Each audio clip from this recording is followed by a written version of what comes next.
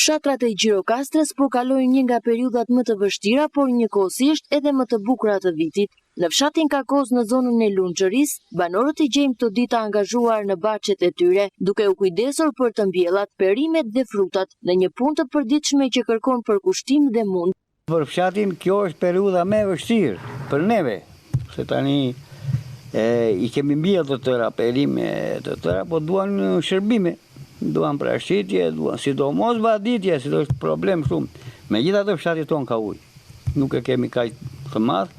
Tani merremi me vaditjen e tyre, me prashitjen, me lidhjen e domateve, me këtyre gjëra për këto që kemi për vetë tonë. Megjithatë, tani ka filluar edhe periudha që mbjellim edhe këto të vjeshtë avash avash.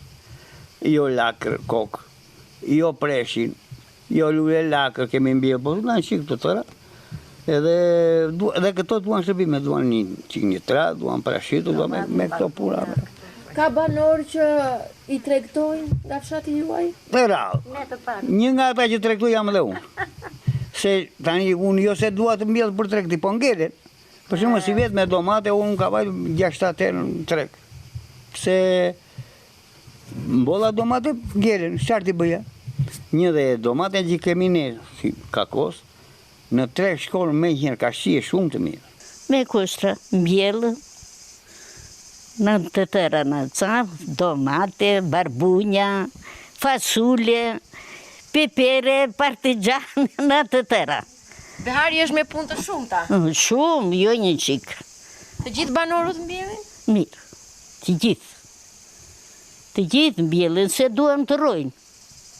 I tregtojnë apo vetëm për veten e tyre? E kanë që tregtojnë dhe kanë për veten e tyre. Këto neve nuk është se në caktoj njëri që o do marrosh këtë sot o s'ka. Ne këta i bëjmë bas qefit tonë. Do bëjmë një copë sot, një nesër. Çfarë keni mbjellë? Pipire, domate, patxhane, fasule më të poshtë, në të tëra që i do fshati i kemi bërë, kemi mbjellë. Vetëm për veten tonë. Çfarë kujdesi duan? Këto sidomos në këtë periudhë, në këtë temperaturën e madhe që është bërë tani duan shumë kujdes. Duan spërkatje, duan vaditje, sidomos vaditja është kryesorja tani në këtë. Po si godite do të në vaditje, marron çdo gjë. Po shqy zotin e si fshat, kemi ujë dhe për të pirë, edhe për të vaditur, kemi me bollëk. Në fshatin tonë janë 4 familje që kanë blegtori.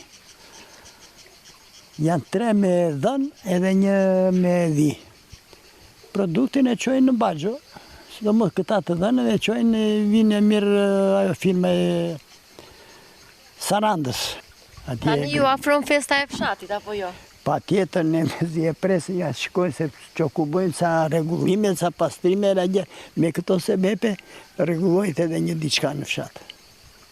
Festa e fshatit do bëhet panajiri Lungjot më 28 gusht. Jemi mirë. Kjo është gjithashtu një nga periudhat më të bukura për këto fshatra, pasi gjallërohet nga emigrantët që kthehen për pushimet verore. Prania e tyre sjell më shumë jetë në komunitet, duke rikthyer traditat, familjen dhe atmosferën e ngrohtë që karakterizon jetën në fshat. Jo vetëm që gjallërohet fshati, po na bëhet zemra marrë që shohim sa fëmijë më zot.